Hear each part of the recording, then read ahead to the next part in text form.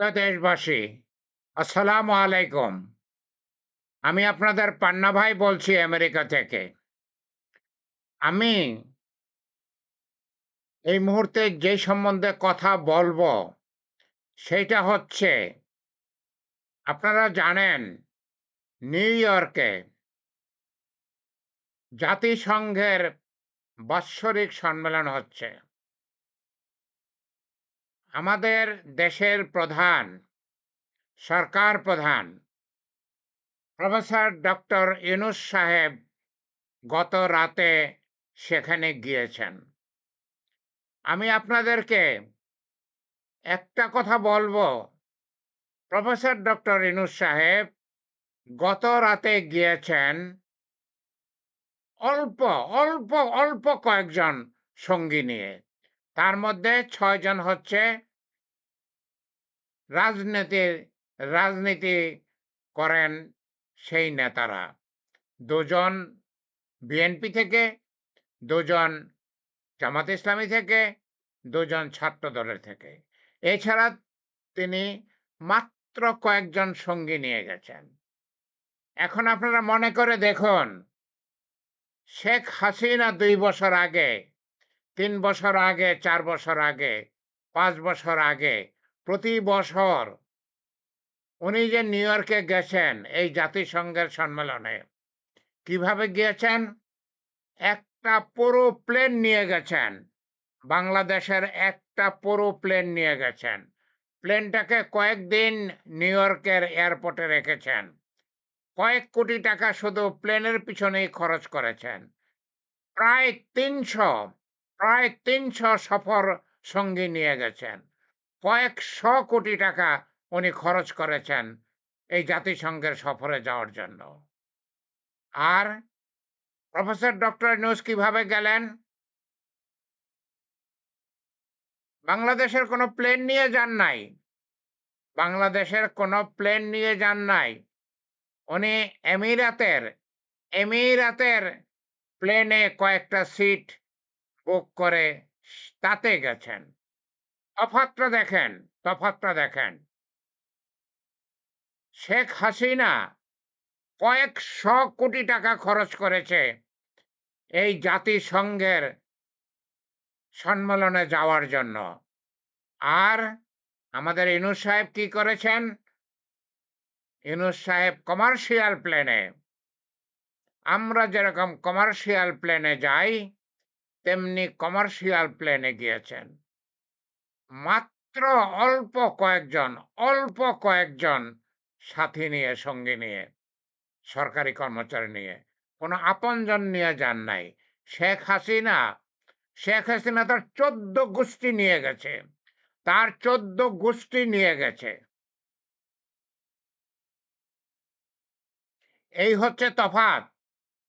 বাংলাদেশ যে এখন উন্নত হচ্ছে, আমরা আশা করতেছি ভবিষ্যতে উন্নত হবে। তার কারণ হচ্ছে বাংলাদেশে এখন অপচয় হচ্ছে না। বাংলাদেশে এখন অপচয় হচ্ছে না। আমরা এমন একজন নেতা পেয়েছি, প্রফেসর ইউনূস, যার কোনো লোভ নাই, যে সৎ, যে বাংলাদেশের ১ পয়সা নষ্ট করে নাই, করবে না, যে বাংলাদেশের কোনো পয়সা অযথা খরচ করে না। সে মাত্র ৫-৬ জন সঙ্গী নিয়ে গেছেন, সবাই সরকারি কর্মচারী, এবং মাত্র ৬ জন রাজনীতির নেতা নিয়ে গেছেন। নিজের কোনো লোক নিয়ে যান নাই। নিজের কোনো লোক নিয়ে যান নাই।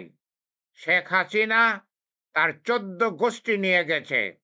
প্রায় ৩০০ লোক নিয়ে যেত সে। একটা বাংলাদেশ বিমানের একটা পুরো প্লেন নিয়ে যেত সে, এবং প্লেনটাকে নিউ ইয়র্কের এয়ারপোর্টে দাঁড় করিয়ে রাখত। বিরাট দেশের বিরাট প্রধানমন্ত্রী শেখ হাসিনা, সে একটা প্লেনকে এয়ারপোর্টে দাঁড় করিয়ে রেখেছে। এই হচ্ছে তফাৎ। এই হচ্ছে নেতার তফাৎ।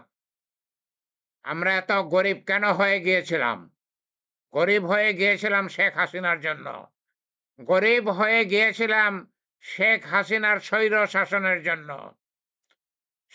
শাসনের জন্য, একনায়কত্বের জন্য। এই শেখ হাসিনা ১৬ বছরে ৩২ লক্ষ কোটি টাকা বিদেশে পাচার করেছে। কাউকে কথা বলতে দেয় নাই। ৬০,০০০ লোক খুন করেছে। ৬০,০০০ লোক খুন করেছে। ৮০০ আয়নাঘর করেছিল মানুষকে মানুষকে শাস্তি দেওয়ার জন্য, মানুষকে কষ্ট দেওয়ার জন্য, মানুষকে নির্যাতন করার জন্য, অত্যাচার করার জন্য। বাংলাদেশের মানুষদের কি করেছে সে? পেট ফেরে দিয়ে তার ভিতরে সিমেন্ট ঢুকিয়ে সমুদ্রে ফেলে দিয়েছে। এই শেখ হাসিনা, জল্লাদ শেখ হাসিনা, ডাইনি শেখ হাসিনা। আপনারা আবার এখনো কেউ কেউ সেই শেখ হাসিনাকে সমর্থন করেন। ধিক, ধিক, লজ্জা আপনাদেরকে। আপনারা এখনো পর্যন্ত শেখ হাসিনাকে সমর্থন করেন। এই শেখ হাসিনা আবার ফিরে আসতে চাচ্ছে। ঝটিকা মিছিল করতেছে। আওয়ামী লীগেরা ঝটিকা মিছিল করতেছে। গুলি করে মানুষ মেরে ফেলেছে। ককটেল ফাটাচ্ছে। তারা গৃহযুদ্ধ শুরু করেছে। ১ মাস যাবৎ তারা গৃহযুদ্ধ শুরু করেছে। তারা ককটেল মারতেছে, গুলি করে মানুষ খুন করতেছে, ঝটিকা মিছিল করতেছে। প্রিয় দেশবাসী, তফাৎটা বোঝেন, তফাৎটা বোঝেন। আমরা কোথায় ছিলাম আর আমরা এখন কোথায় আছি, তফাৎটা বোঝেন। ডক্টর ইউনূস সাহেব কিভাবে দেশ চালাচ্ছেন আর শেখ হাসিনা কিভাবে চালিয়েছে। এই যে দেখুন, ডক্টর ইউনূস সাহেব নিউ ইয়র্কে যাচ্ছেন। কত সাদাসিধা একটা লোক, একটা ৫০০ টাকা দামের পাঞ্জাবি পরে, ২,০০০-৩,০০০ টাকা দামের এক জোড়া জুতা। গত ১ বছরে যতবার তাকে আমি বিদেশে যেতে দেখলাম, ওই একই জোড়া জুতা। আর বাংলাদেশের নেতারা কি করে? ১ লক্ষ ২ লক্ষ টাকা দামের স্যুট পরে। স্যুট ছাড়া তাদের চলে না, এবং সেইটা ১ থেকে ২ লক্ষ টাকা দামের কম হলে চলবে না। সেটা বিদেশি স্যুট হতে হবে। আর ডক্টর ইউনূস কি করে? সে কুমিল্লার খদ্দরের পাঞ্জাবি পরে। খদ্দরের পাঞ্জাবি পরে। এই হচ্ছে তফাৎ। প্রিয় দেশবাসী, দেখে রাখুন, মনে রাখুন, ডক্টর ইউনূস সাহেব কিভাবে আমাদের দেশ চালাচ্ছেন, কিভাবে আমাদের দেশের টাকা সেভ করতেছেন, সাশ্রয় করতেছেন, টাকা বাঁচাইতেছেন। আর আর শেখ হাসিনা কি করেছে যা বললাম, একটা প্লেন নিয়ে গিয়েছে। কয়েকদিন প্লেনটাকে নিউ ইয়র্কের এয়ারপোর্টে দাঁড় করিয়ে রেখেছে। প্রায় ৩০০ সফরসঙ্গী নিয়ে গেছে। তার ১৪ গোষ্ঠী নিয়ে গেছে। প্রিয় দেশবাসী, আমাদেরকে সতর্ক হতে হবে। আমাদেরকে বসতে হবে। আমাদেরকে বসতে হবে আমরা কি করব? আমরা কাকে সমর্থন করব? আমরা কি এখনো পর্যন্ত আওয়ামী লীগকে সমর্থন করব? যে আওয়ামী লীগ আমাদেরকে ভিক্ষার ঝুলি হাতে দিয়ে গেছে, আমরা কি সেই আওয়ামী লীগকে এখনো পর্যন্ত সমর্থন করব? না, অবশ্যই করব না। আমরা যদি মানুষ হয়ে থাকি, তাহলে আমরা আওয়ামী লীগকে সমর্থন করতে পারি না। আমরা যদি সুস্থ মনের বিবেকবান মানুষ হয়ে থাকি, আমরা আওয়ামী লীগকে সমর্থন করতে পারি না। আপনারা সতর্ক হন, আপনারা সতর্ক হন।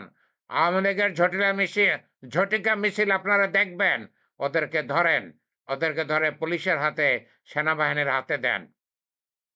সেটা অলরেডি কিছু কিছু এলাকায় করতেছে।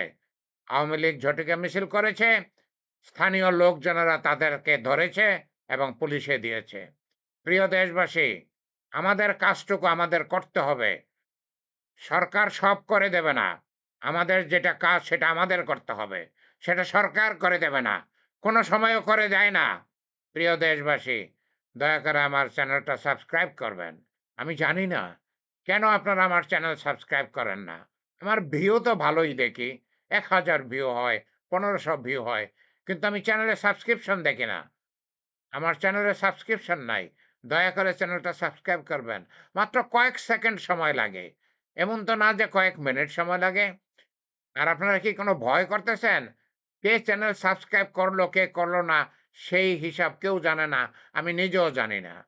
কে চ্যানেল সাবস্ক্রাইব করছে আমি নিজেও জানি না। কয়টা সাবস্ক্রিপশন হয়েছে মোট নাম্বারটা আমি দেখি। কে করেছে আমি নিজেও জানি না। পৃথিবীর কেউ জানবে না যে কে সাবস্ক্রাইব করেছে। আপনি যদি আমার চ্যানেল সাবস্ক্রাইব করেন, আপনি কোনো ভয় করার তো কোনো কারণ নাই। আপনার উপরে কোনো আপদ তো আসবে না, বিপদ তো কোনো আসবে না। কারণ আপনি যে আমার চ্যানেল সাবস্ক্রাইব করছেন সেটা তো কেউ জানবে না। সেটা তো জানার কোনো পথ নাই। কোনো পথ নাই। এটা সম্পূর্ণ সিক্রেট। ওকে? প্রিয় দেশবাসী, আমার চ্যানেলটা সাবস্ক্রাইব করবেন। যদি আমার সাথে যোগাযোগ করতে চান, আমি আমার ফোন নাম্বার এবং টেলিফোন নাম্বার দিলাম এখানে। আমি আমার ফোন নাম্বার এবং আমার ইমেইল অ্যাড্রেস দিলাম এখানে। দয়া করে আমার সাথে যোগাযোগ করতে চাইলে যোগাযোগ করবেন। যোগাযোগ করতে চাইলে যোগাযোগ করবেন। দয়া করে সাবস্ক্রাইব করবেন। প্রিয় দেশবাসী, আমাদেরকে সতর্ক হতে হবে। আমাদেরকে বুঝতে হবে দেশ আমাদের, দেশ আপনার, দেশ আমার, দেশের বাংলাদেশের জনসাধারণের। দেশ শেখ হাসিনার ছিল না, দেশ এরশাদের ছিল না। এরশাদ দেশে একবার ষড়যন্ত্র করে গেছে। হাসিনা, হাসিনার বাবা শেখ মুজিবুর রহমান, শেখ মুজিবুর রহমান ১ম স্বৈরশাসক ছিল। সে ১ম একনায়ক ছিল। সে বাংলাদেশের স্বাধীনতাকে নষ্ট করে গেছে। জিয়াউর রহমান সাহেব সেই স্বাধীনতাকে আমাদের হাতে আবার ফিরিয়ে দিয়েছিলেন। তারপরে গত ১৬ বছরে শেখ হাসিনা আমাদের দেশকে ধ্বংস করে ফেলেছে। ধ্বংস করে ফেলেছে। ২০২৪ সালে ছাত্র শ্রমিক জনতা আমাদেরকে ২য় স্বাধীনতা এনে দিয়েছে। প্রিয় দেশবাসী, আমি মুক্তিযোদ্ধা পান না, 11 সেক্টরের কোম্পানি কমান্ডার পান না, 11 সেক্টরের গেরিলা কমান্ডার পান না, উইং লিডার পান না। আপনাদেরকে অনুরোধ করি, আপনারা আপনারা জাগ্রত হন। আপনারা ঘুমাবেন না। আপনারা জাগ্রত হন। দেশে গৃহযুদ্ধ শুরু হয়ে গেছে। শেখ হাসিনা এবং ভারত গৃহযুদ্ধ শুরু করেছে। দেশে বোমাবাজি হতেছে, দেশে ঝটিকা মিছিল হতেছে, গুলি করে মানুষ মারা হতেছে। আপনারা জাগ্রত হন। যখনই কোনো ঝটিকা মিছিল দেখবেন, তাদেরকে ধরেন। তাদেরকে ধরে পুলিশের হাতে দেন, সেনাবাহিনীর হাতে দেন। আপনারা যদি জাগ্রত না হন, তাহলে আমাদেরকে ভারত যদি দখল করে নেয়, চিরজীবনের জন্য আমরা ভারতের করায়ত্ত হয়ে যাব। আমরা ভারতের সেবাদাস হয়ে যাব। আমরা ভারতের দাস হয়ে যাব। আপনার ছেলে-মেয়ে, আপনার নাতি-নাতিরা আর স্বাধীন দেশে বাস করতে পারবে না। প্রিয় দেশবাসী, আপনি যদি স্বাধীন থাকতে চান, আপনার সন্তানদের যদি স্বাধীন রাখতে চান, আপনার নাতিদের যদি স্বাধীন রাখতে চান, তাহলে সতর্ক হন, সচেতন হন, আগায়ে আসুন। ঘরে বসে থাকবেন না, চুপ করে থাকবেন না দয়া করে। দয়া করে চুপ করে থাকবেন না। দেশ আপনার, দেশ আপনার, দেশ আমার, দেশ আমাদের সবার। দেশ শেখ হাসিনার ছিল না। হাসিনা নিজের দেশ মনে করত। হাসিনা মনে করত তার বাপের দেশ, তার বাপেই দেশটা দিয়ে গেছে। সেইভাবেই সে দেশটাকে শোষণ করেছে। প্রিয় দেশবাসী, সতর্ক হন। সতর্ক হতেই হবে যদি আপনারা স্বাধীনতা চান। সতর্ক হতেই হবে যদি আপনারা স্বাধীনতা চান। আর যদি স্বাধীনতা না চান, সেটা তো আপনাদের ইচ্ছা। সেটা তো আপনাদের ইচ্ছা। আপনারা স্বাধীনতা চান কি চান না। প্রিয় দেশবাসী, ভালো থাকবেন। আল্লাহ আমাদের সহায় থাকুন। আল্লাহ আমাদের সহায় থাকুন। আমিন, আমিন।